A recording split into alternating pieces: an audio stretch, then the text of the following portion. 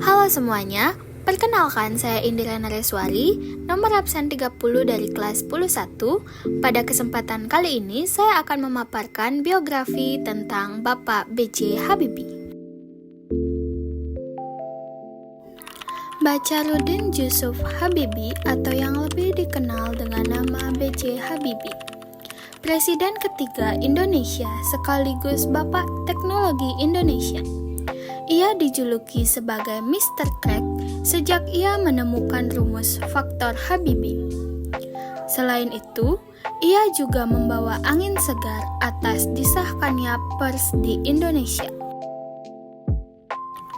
Habibie lahir di Parepare, Sulawesi Selatan pada 25 Juni tahun 1936. Saat kecil, ia lebih suka menyendiri dan hobinya adalah membaca buku.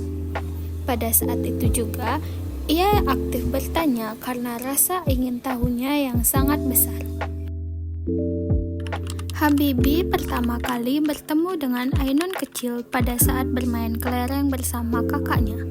Dan pada saat usia 14 tahun, ayah Habibie meninggal dunia. Pada saat masuk SMA, ia bersekolah di sekolah yang sama dengan Ainun. Karena mereka sama-sama pintar, mereka dijodoh-jodohkan oleh guru dan teman-teman mereka. Pada usia 18 tahun, Habibie kuliah di ITB hanya 1 semester, sementara Ainun berkuliah di UI.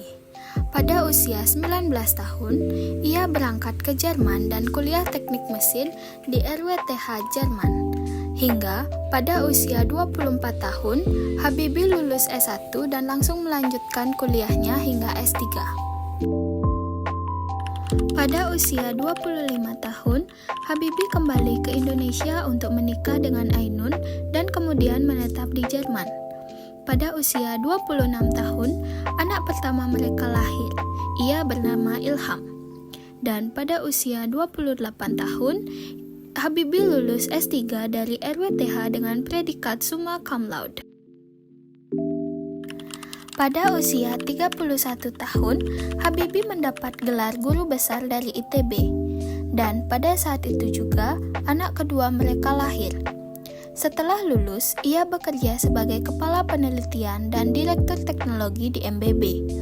Hingga pada tahun 1973, Habibie kembali ke Indonesia atas mandat Presiden Soeharto.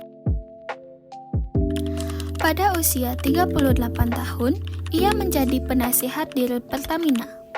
Usia 40 tahun, ia menjadi Dirut APTN. Di usia 47 tahun, ia menjadi Menteri Riset dan Teknologi Indonesia. Di usia 50 tahun, ia memulai proyek pesawat N250. Di usia 52 tahun, ia menjadi Menteri Ristek kedua kalinya. Di usia 56 tahun, ia mendapat penghargaan Theodore von Kármán. Di usia 57 tahun, ia menjadi Menteri Ristek ketiga kalinya. Pada usia 59 tahun, ia memimpin uji coba pesawat N250 dan sukses, hanya menunggu sertifikat layak terbang. Di usia 62 tahun, ia terpaksa menghentikan proyek N250 karena krisis moneter, dan pada saat itu, ia menjadi Wakil Presiden Republik Indonesia yang kemudian menjadi Presiden Republik Indonesia. Pada tahun 1999, ia mengesahkan UU Kebebasan Pers dan Otonomi Daerah. Pada tahun ini juga, Timor Timur lepas dari Indonesia. Dan tak lama setelah itu, Habibie turun dari jabatan presidennya. Pada tahun 2010, Ainun meninggal dunia. Dan pada saat itu, Habibie sempat menderita psikosomatik malignan. Dan saat itu juga, ia mulai menulis buku diari. Pada tahun 2012, kisah cinta mereka diabadikan dalam film yang berjudul Habibie dan Ainun.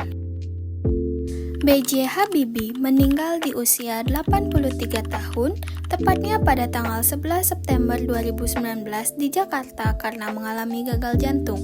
Beliau dimakamkan tepat di samping makam Ainun.